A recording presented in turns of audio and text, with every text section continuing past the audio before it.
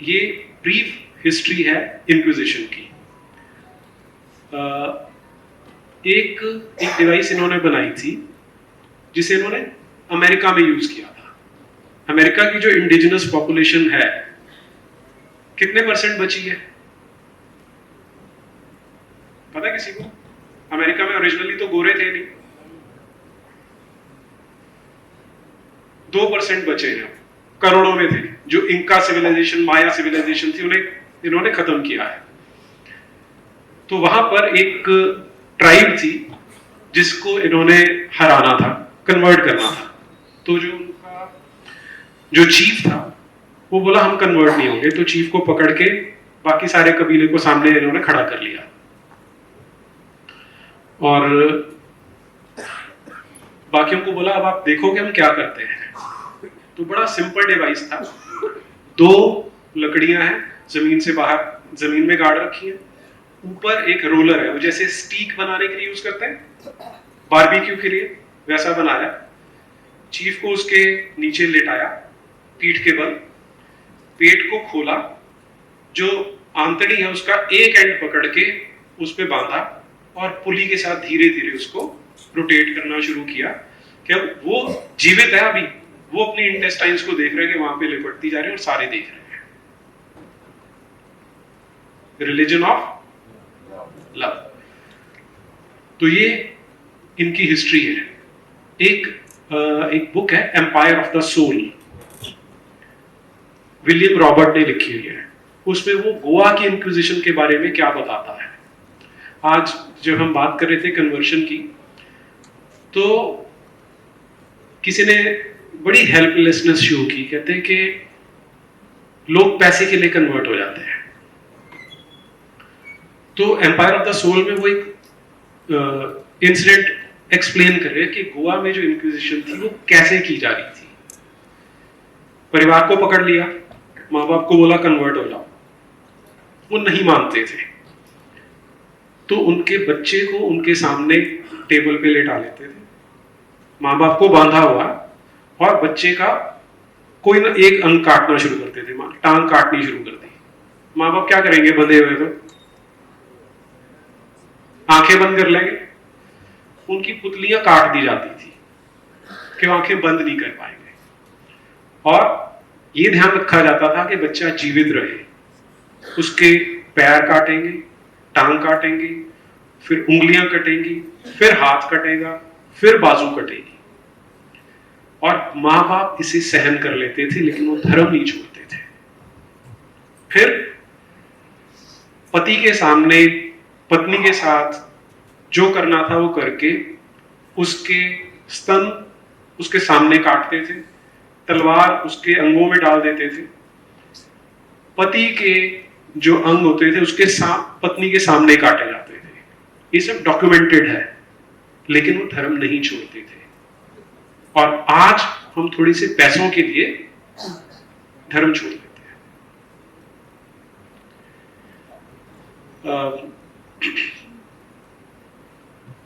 मैं क्योंकि पंजाब में रहा हूं बहुत समय, तो गुरु गोविंद सिंह जी के 2 छोटे बच्चों की कहानी सबको पता है।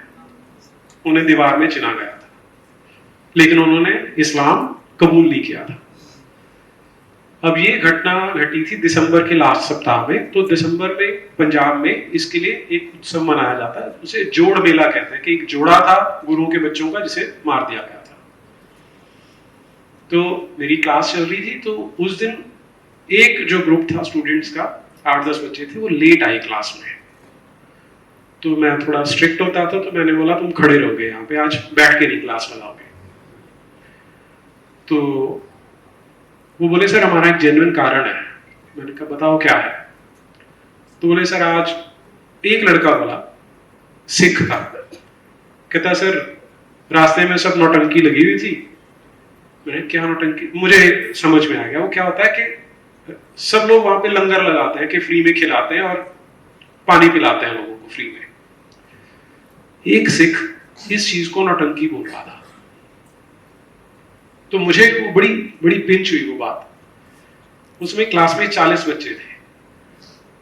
मैंने कहा तुम एक काम करो, मुझे ये बताओ कि अगर इसी समय यहां दरवाजे पे 4 लंबे चौड़े इस्लामिक स्टेट के आतंकवादी आ जाएं AK-47 लेके, और तुम्हें ऑप्शन देंगे कि ये जो तुम्हारे लेफ्ट हैंड की सबसे छोटी उंगली है ये काट देंगे, नहीं तो तुम इस्लाम कबूल करो। वो लोग करोगे? बोलो कितने लोगों ने यस बोला होगा? 40 में से एक को छोड़ के सबने यस बोल दिया कि हम कन्वर्ट हो जाएंगे। जो एक बैठा था मैंने उसे खड़ा किया, वो पक्का सिख था। मैंने कहा अच्छा मैं चेंज करता हूं, अब वो तेरा ये हाथ काटेंगे तो वो कन्वर्ट हो जाएगा? बोला हो जाऊंगा। तो हम अपना पतन देखें कितना हुआ है। कहां वो माँ बाप है जो सब झेल चुके हैं, झेल रहे अपने सामने, लेकिन वो छोड़ते नहीं है। पर आज हम एक उंगली कटवाना तो छोड़ दो, 20,000 रुपए पे कन्वर्ट हो जाते हैं।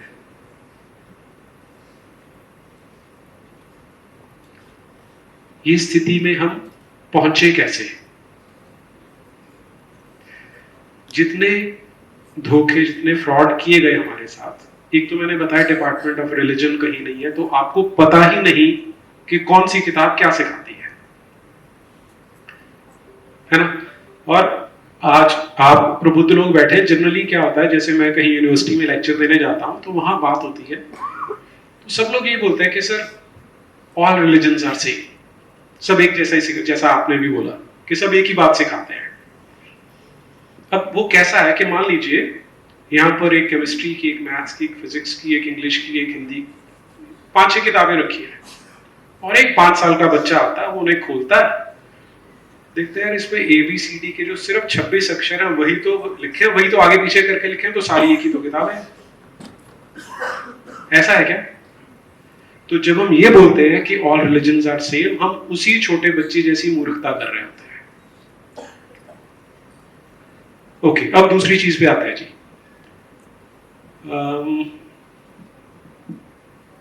एक किताब है मास्टर की टू पोपरी, 300 साल पहले लिखी है, और लिखने वाला एक आर्च बिशप था रोमन कैथोलिक चर्च का। उसने बताया कि चर्च में क्या क्या होता है। तो उसका एक एग्जांपल मैं आपके साथ शेयर करता हूं।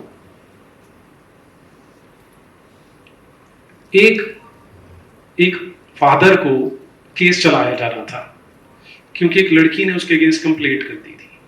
कंप्लेंट क्या थी कि इसने कन्फेशन के लिए मुझे बुलाया और मेरे साथ इसने गलत सलूक किया। तो उस फादर ने क्या बताया कि उस शहर में टोटल 28 पैरिश थे। ये जब डिवाइड करते हैं, चर्चेज होते हैं, पैरिशेज होते हैं, तो 28 पैरिश थे, सबके अपने अपने फादर थे। वो बताते हैं कि जो हमारे एरिया में सबसे सुंदर महिलाएं होती थी, हम उन्हें अपने पास बुलाते थे। उनके घर में किसी का साहस नहीं होता था कि हमें मना करे जब वो मुझसे मिलने के बोलेगी, और ना उस महिला में साहस होता था कि मना करे। क्यों नहीं साहस होता था, जरा सोच सकते हैं? क्योंकि ये इंस्ट्रूमेंट्स पता थे उन्हें कि उनके साथ क्या होने वाला है। और 28 जो फादर थे एक शहर के, सारी चर्चेस के, वो जब अपने अपने एरिया में ये सब काम कर लेते थे, फिर वो दूसरे के पास जाते थे और उसको बोलते थे यार वो वाली चाहिए। तो उन्होंने अपने शहर की जितनी उन्हें पसंद आई थी महिलाएं, एक को भी नहीं छोड़ा, सबके सबने। इसे बोलते हैं एब्सोल्यूट पावर। कई बार लोग पूछते हैं कि कन्वर्ट करना क्यों चाहते हैं, और अगर हम कन्वर्ट हो जाएंगे तो क्या हो जाएगा, जो मैंने आपसे क्वेश्चन पूछा। अगर हो जाएंगे तो वो स्थिति दोबारा आएगी। चाहते हैं क्या? लेकिन क्योंकि हमें पता ही नहीं कि हिस्ट्री क्या रही है और बाइबल क्या कहती है, इसलिए हम बोल देते हैं कि यार तो क्या हो जाएंगे। बहुत लोग हैं जो बोलते हैं तो क्या हो, मंदिर की बजाय चर्च में चले जाएंगे। उन्हें ये नहीं पता कि उसके बाद क्या होगा। अब हिस्ट्री में यूरोप में एक पीरियड है जिसे डार्क एज कहा जाता है। पता है किसी को? No one knows. 500 से 1500 इसे डार्क एज कहते हैं। और ये वो पीरियड है जब चर्च का एब्सोल्यूट कंट्रोल था पूरे यूरोप के ऊपर। भारत में हम बोलते हैं विश्व गुरु थे, बहुत पढ़ाइयां होती थी, बहुत यूनिवर्सिटीज होती थी। जब इस्लाम आया उसके बाद नई यूनिवर्सिटी कोई नहीं बनी, जो बनी हुई थी वो टूट गई। क्यों? दोनों में कॉमनैलिटी देखिए, ये दोनों के पास एक ही किताब है। जब बख्तियार खिलजी आता है नालंदा यूनिवर्सिटी को जलाने के लिए, तो बताता है 9 महीने तक वो यूनिवर्सिटी जलती रही क्योंकि उसमें किताबें थी। उनका कहना क्या था कि क्या इनमें वो है जो कुरान में लिखा है? अगर लिखा है तो इन्हें जला दो क्योंकि कुरान तो हमारे पास है, और अगर वो नहीं लिखा जो कुरान में तो वैसे ही जला दो क्योंकि सारी नॉलेज तो कुरान में है। एग्जैक्टली उनका भी ये कहना था कि सारी नॉलेज बाइबल में, बाकी सारी किताबें जला देनी चाहिए, और उन्होंने किया, और वही डार्क एज थी। आज कितने इस्लामिक कंट्रीज हैं? 57। वो हर टेक्नोलॉजी के लिए किस पे डिपेंडेंट है? यूरोप पे, जापान पे, चाइना पे।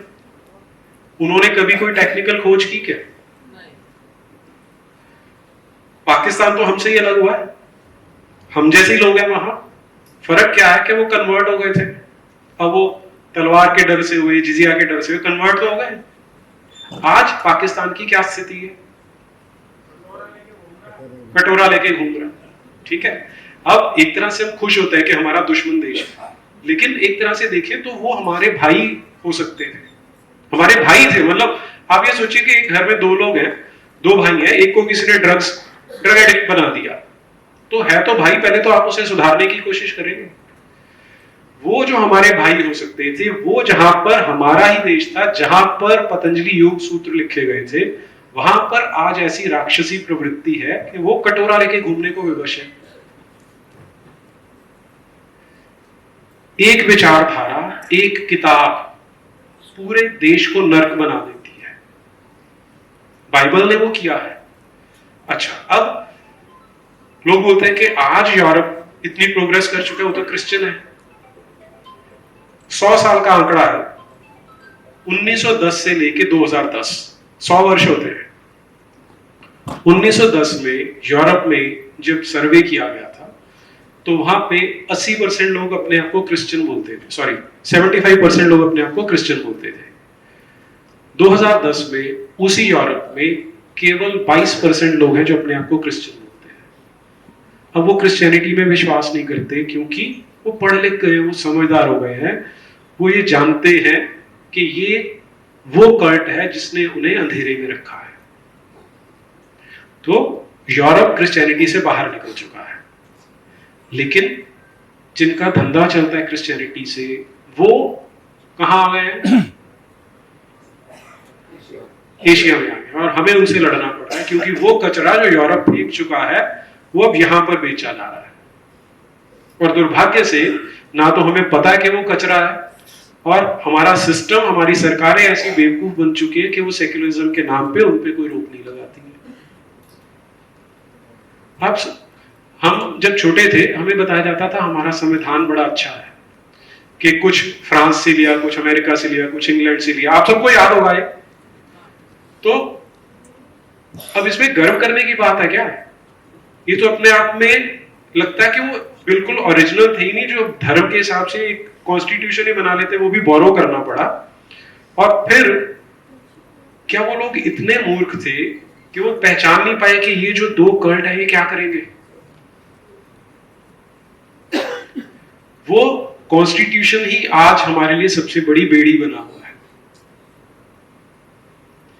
और एक चीज, कई बार जब ये बात चलती है तो कई लोग बोलते हैं कि आप क्रिश्चियन से और मुस्लिम से नफरत करते हैं क्या?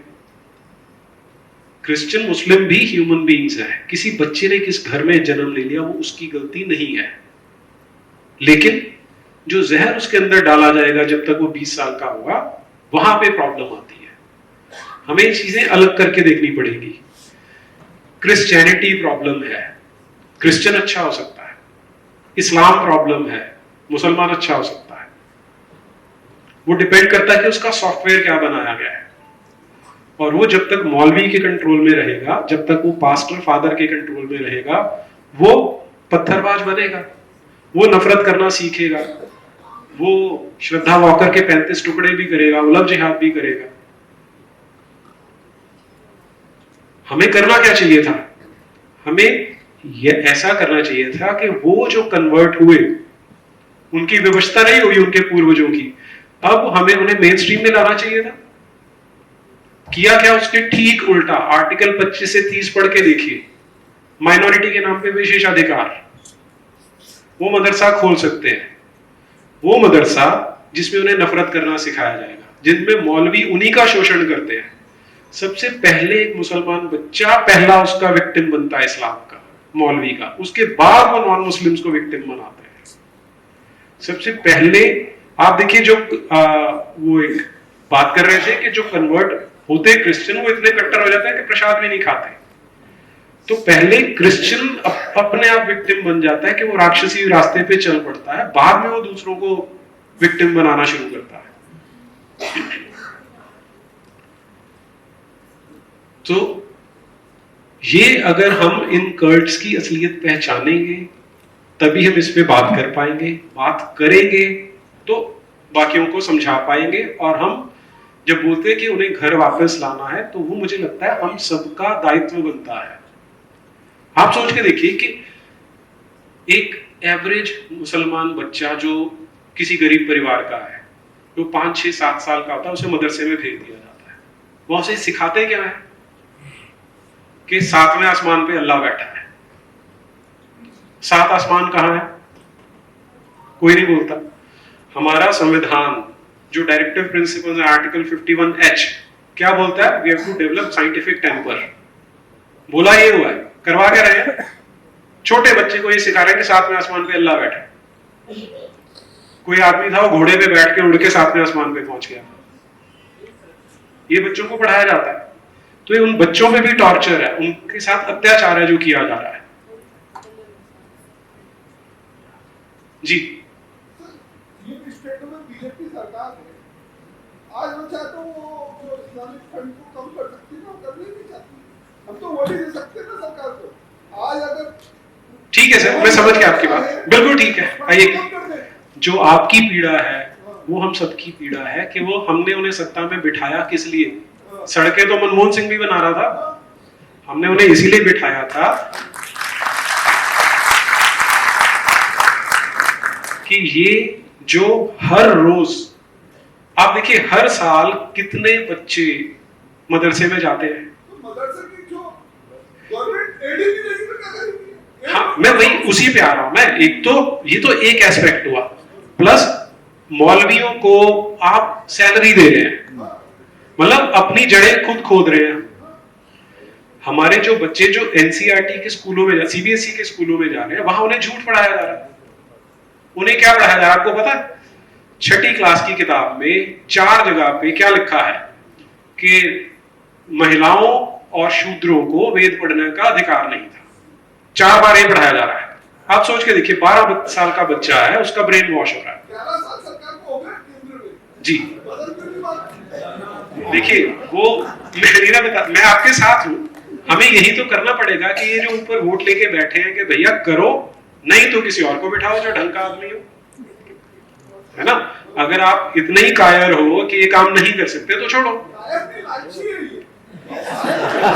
दोनों है सर, दोनों है, दोनों।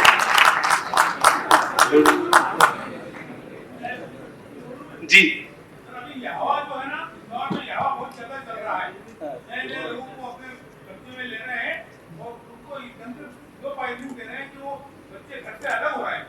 एग्जैक्टली जी, हम आज जो बात कर रहे हैं वो सर इसीलिए है।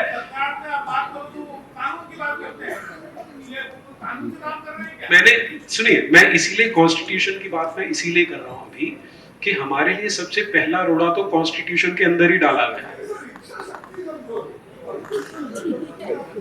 वो तो है ही है जी, इच्छा शक्ति तो चाहिए इसके लिए, है ना? अगर आप में इच्छा शक्ति होगी, पॉलिटिकल विल होगी, तभी आप इतना बड़ा स्टेप ले सकते हैं। अन्यथा तो आप ले ही नहीं सकते, आप डरते रहेंगे कि यार मैं क्यों करूं।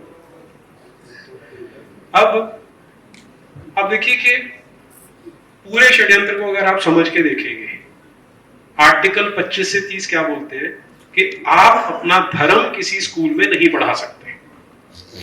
मर्यादा पुरुषोत्तम राम को आप नहीं पढ़ा सकते, उसके लिए आपको स्कूल के लिए परमिशन नहीं है। भगवत गीता पढ़ाने के लिए परमिशन नहीं है।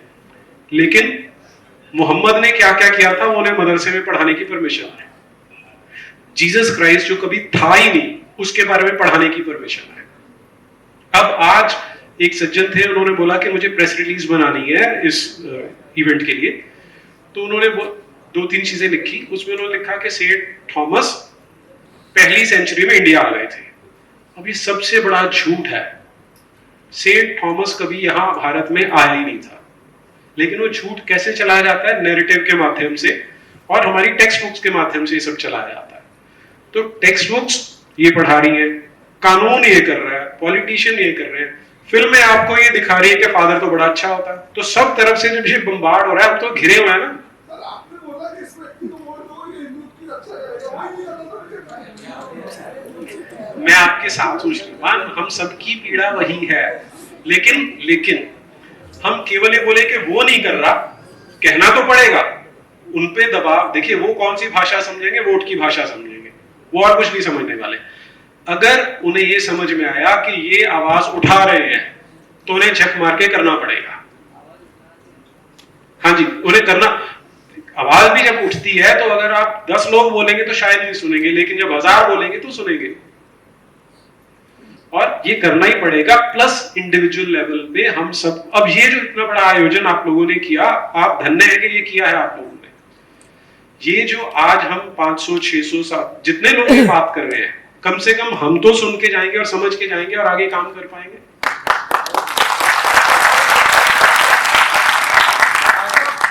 आपने जो एनसीईआरटी की पुस्तकों के ऊपर और वामपंथी इतिहास के ऊपर जो पॉडकास्ट बनाए, मैं 6-7 साल हो गए आपको फॉलो कर रहा हूँ, तो आप कंक्लूड करते समय थोड़ा सा उसके बारे में हम सबको बताएं। ठीक है, करूं कंक्लूड जी। मेरी यात्रा वहीं से शुरू हुई थी। पहले मुझे कुछ नहीं पता था कि कुरान में क्या है, बाइबल में क्या है, गीता में क्या है, मुझे कोई आइडिया नहीं था। ये जब मैंने टेक्स्ट बुक्स पढ़नी शुरू की तो तब मुझे समझ में आया कि हमारे बच्चों को टेक्स्ट बुक्स के माध्यम से ब्रेन वॉश किया जा रहा है। तो उसके लिए मैंने पिटीशन डाली Punjab and Haryana high court में, तब मैं चंडीगढ़ में रहता था। तो फिर एनसीईआरटी को पिटीशन भेजी, उन्होंने कोई चेंज नहीं किया। और दुर्भाग्य से आज हम 2024-25 में हैं, आज तक भी वो किताबें 3 या 4% उनमें कुछ कचरा जो था वो निकाला गया, बाकी का 95, 96, 7% वैसे का वैसे आज भी है। और उसका क्रक्स मैं आपको जैसे अभी बता रहा था, 6ठी क्लास में बच्चों को ये बताया जा रहा है कि शूद्रों को और महिलाओं को वेद पढ़ने का अधिकार नहीं था। राइट? अब वो बच्चे तो नहीं जानते कि वेद में क्या है, लेकिन हम बड़े ये जानते हैं कि वेद वो धर्म ग्रंथ है जिनमें कम से कम 23 ऋषिकाओं की ऋचाएं हैं। महिलाओं की लिखी हुई ऋचाएं वेदों में है। तो वो समाज जो वेदों की ऋचाएं लिखने तो देता है महिलाओं को, क्या वो पढ़ने नहीं देगा? अपने आप ये बात गले से उतरती है क्या? अब वो एक बच्ची जो उसे पढ़ के बाहर बड़ी होगी, वो हिंदू धर्म के बारे में क्या विचार लेके बड़ी हो रही है कि हमें पढ़ने नहीं देते थे, इसका मतलब मैं उस परंपरा से हूं जहां पर महिलाओं का सम्मान नहीं होता था। On the other hand, Bible और कुरान क्या बताते हैं आपको? कुरान का 4था चैप्टर है सूरह निसा।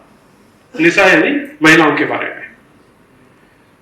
24वीं आयत क्या बोलती है कि अगर तुम जिहाद में महिलाओं तुम्हारे कब्जे में आ जाए तो तुम उनके साथ जो चाहो वो कर सकते हो। और 34वीं आयत क्या बोलती है कि अगर तुम्हारी पत्नी तुम्हारी बात नहीं सुनती तुम उसकी पिटाई कर सकते हो। ठीक, ये कुरान की वास्तविकता है। लेकिन उन्होंने पूरी कुरान खंगाल के एक आयत ऐसी डाली जिससे ऐसा इंप्रेशन क्रिएट हो कि पुरुष और महिलाओं को इस्लाम बराबर मानता है। बाइबल महिलाओं को निकृष्ट मानती है पुरुषों की तुलना में। बस और बाइबल से भी एक ऐसी वर्स निकाल के डाल दी जो ऐसा इंप्रेशन क्रिएट करती है कि पुरुष और महिला बराबर होते हैं। ये ब्रेन वॉशिंग 6ठी से 10वीं तक की पूरी हिस्ट्री की, केवल हिस्ट्री की किताबों में नहीं, सारे सब्जेक्ट्स की किताबों में है। तो मुझे लगता है मैंने समय सीमा को पार कर दिया है, तो मैं अपनी वाणी को यही विराम देता हूं। लेकिन आप सबसे निवेदन यही रहेगा कि ये जो दीप आज हम यहाँ जला रहे हैं, इसे हम आगे जाके और बढ़ाते जाएं। आपने सुना, उसके लिए आपका बहुत